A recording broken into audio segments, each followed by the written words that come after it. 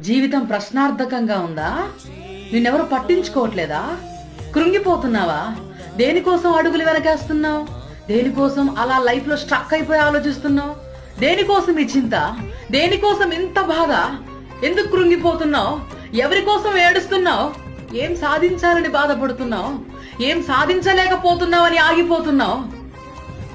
భక్తిలో నిరీక్షణ ఖచ్చితంగా చాలా ధైర్యాన్ని పుట్టిస్తుంది.